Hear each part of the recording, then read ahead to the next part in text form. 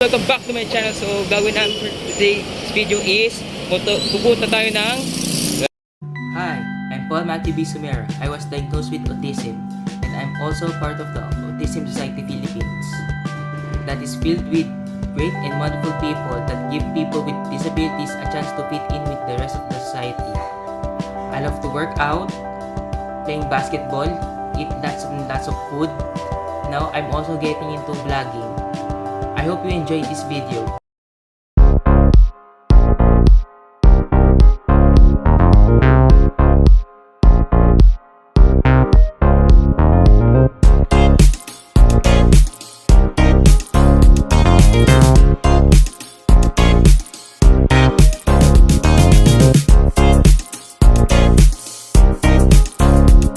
So guys, I'm here in Unbox. So tingnan natin kung anong cars na makulit ko. So gawin na natin to.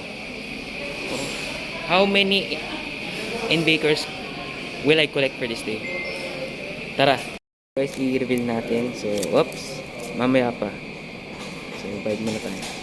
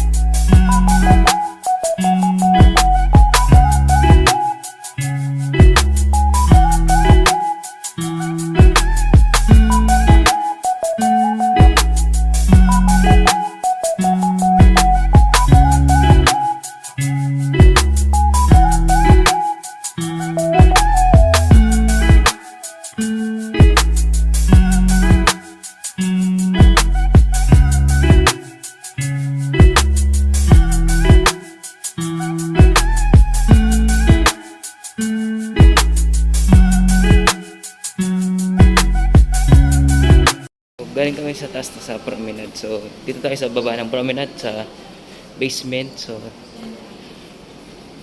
yan, tingnan natin dito artwork na dito.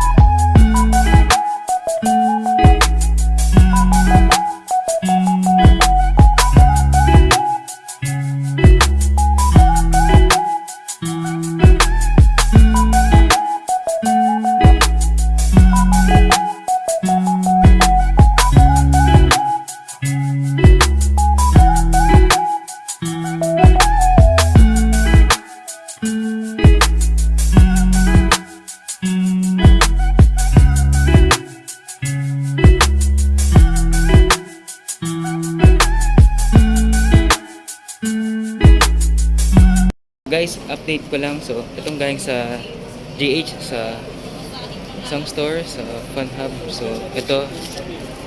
So, mamaya i-reveal na ito. So, yan guys. So, i-reveal namin kung ilan ko na correct ng NBA card. So, ngayon. So, tingnan natin. So, 1, 2, 3, 4, 5, 6, 7, 8, 9, 10, 11, 12, 13, 14, 15, 16, 17, 18, 19, 20, 20. So, ayan. Dami pa, dami pa. Okay.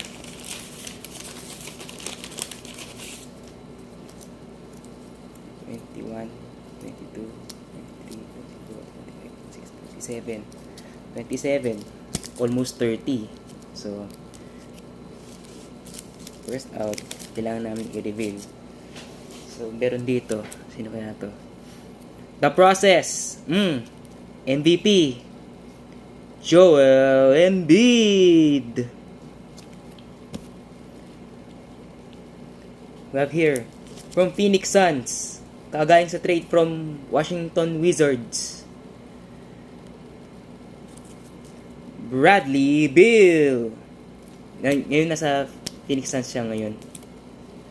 Eto, from Toronto Raptors, nag-champion sa FIBA World Cup 2023.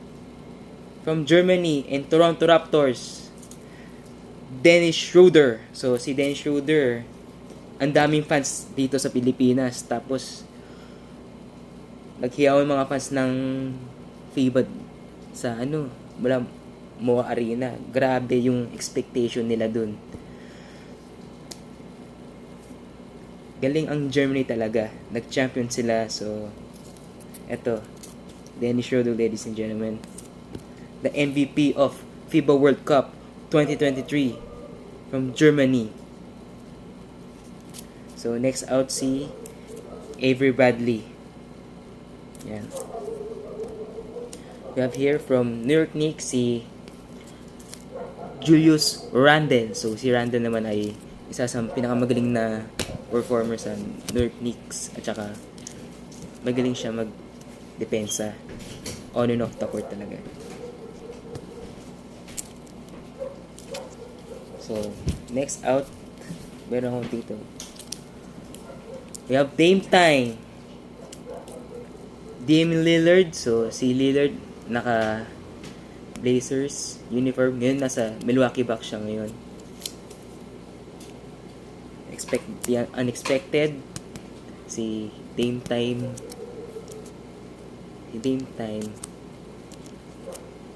will help the Milwaukee Bucks.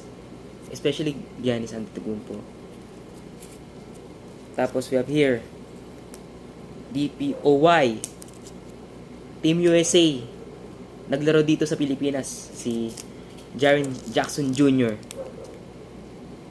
So, part of Team USA, naglaro siya sa Pilipinas. Grabe mga Filipino fans for Jaren Jackson. We have here from LA Lakers, D'Angelo Russell. Deloading. Pero sabi daw nila, nung nag-rookie year si D'Angelo Russell, grabing performance niya. From Lakers, Nets, GSW, Minnesota. Ngayon, nasa Lakers siya ulit bumalik para tulungan si LeBron, AD, lahat-lahat niyan. Si D-Loading. Ladies and gentlemen, D'Angelo Russell. Sunod dito si Joel Embiid. Yes, The Process. Ito na naman. Ito. Capping off his amazing performance in FIBA World Cup. Pero, isa sa mga kamatchup ni Junmar Fajardo dito sa FIBA, Karl Anthony Towns. Oh, si Karl Anthony Towns ay last mag-defense sa NBA. Big man siya ng Timberwolves. Pero okay din si KAT. So dito si Andrew Wiggins. Yes, si Andrew Wiggins ay isa siyang magaling na all-star. Pinasama sa kay Klay Thompson at Stephen Curry sa isang team sa NBA All-Star. Pero isang magaling na all-star to si Andrew Wiggins. And also he was a draft pick from Cavs. Part siya ng trade sa nagpalitan si Kevin Love sa isang team which is Cavs, Timberwolves siya naglaro, nagtagal siya, biglang kinuha siya ng JSW. Sunod dito si Desmond Bane, isa sa mga pinaka-dunkers at saka magaling mag-depensa sa Memphis Grizzlies. We have here si Steven Adams ng Memphis Grizzlies, si Aquaman na naman to. Aquaman. Sunod dito from Team Canada. Naglaro sa Grizzlies dati, ngayon nasa Houston Rockets. Naglaro to sa FIBA sa Canada. Dillon Brooks. Yes, the villain from Canada. Okay. Sunod dito si Donovan Mitchell. Yes. Si Donovan Mitchell, naka-Jazz uniform. Ngayon, nasa Cavs siya ngayon, naglalaro. Speaking of Donovan Mitchell, si Donovan Mitchell ay isang all-star, nagtagal sa Jazz with Rudy Gobert. Tapos sumunod, napunta siya sa Cavaliers para matuloy yung team niya. Kasi ang Cavs kasi ang pinakamatagal na hindi na nakapasok sa playoffs. Yung unang kapag kataon ng Cavs, play-in muna, tas di sila napasok sa playoffs. Then, nung pumasok ang Cavs sa playoffs dahil sa trade ni Donovan Mitchell, nag-work yung process doon. Ladies and gentlemen, Donovan Mitchell. Sunod dito si Ben Simmons. Yan, ka-1-on-1 trade ni James Harden. Let's hope na sana ma-improve yung playing time ni Ben Simmons sa Nets. Sunod dito si Russell Westbrook. Naglaro sa Lakers dati yun. Naglaro sa LA, this time sa Clippers. Sunod dito Devin Booker, D-Book. Siya ang pinaka-astig maglaro sa NBA na point guard. Devin Booker, ladies and gentlemen. We have last two na lang, si Anthony Davis, big man of LA Lakers. Sana ma-improve yung defensive skills ni Anthony Davis para mahal mga fans sa more wins sa Lakers sana this season sa NBA at makapasok sila sa playoffs this year ang Lakers. So ladies and gentlemen, Anthony Davis. Last but not least, nagpunta dito sa Pilipinas, which is si Klay Thompson. Yan si Klay Thompson kasi pumunta ng Pilipinas para promote yung shoes niya sa Anta. Last month sa Mega Mall, daming fans. Nakita ko si Klay Thompson naglaro with the future collegiate stars like NU, San Beda, ibang schools galing UAP at NCAA or any other schools talaga. So ladies and gentlemen, Klay Thompson. Sunod dito, meron pa akong dito. Samba na naman. Joel Embiid. Yes. Sunod dito, James Harden.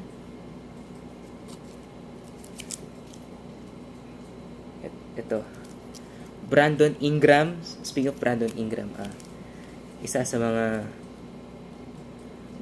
all-star sa main man nila sa New Orleans Pelicans. Yung wala si Zion Williamson.